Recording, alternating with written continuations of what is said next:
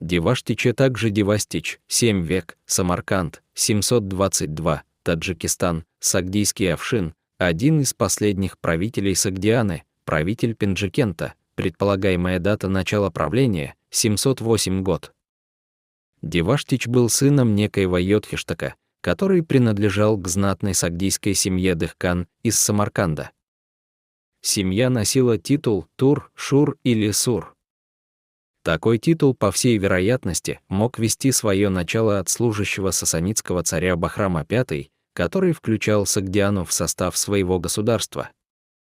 Около 706 года Деваштич был избран правителем Пенджикента, сменив Афшина Чекина Чур-Бельге на посту правителя города.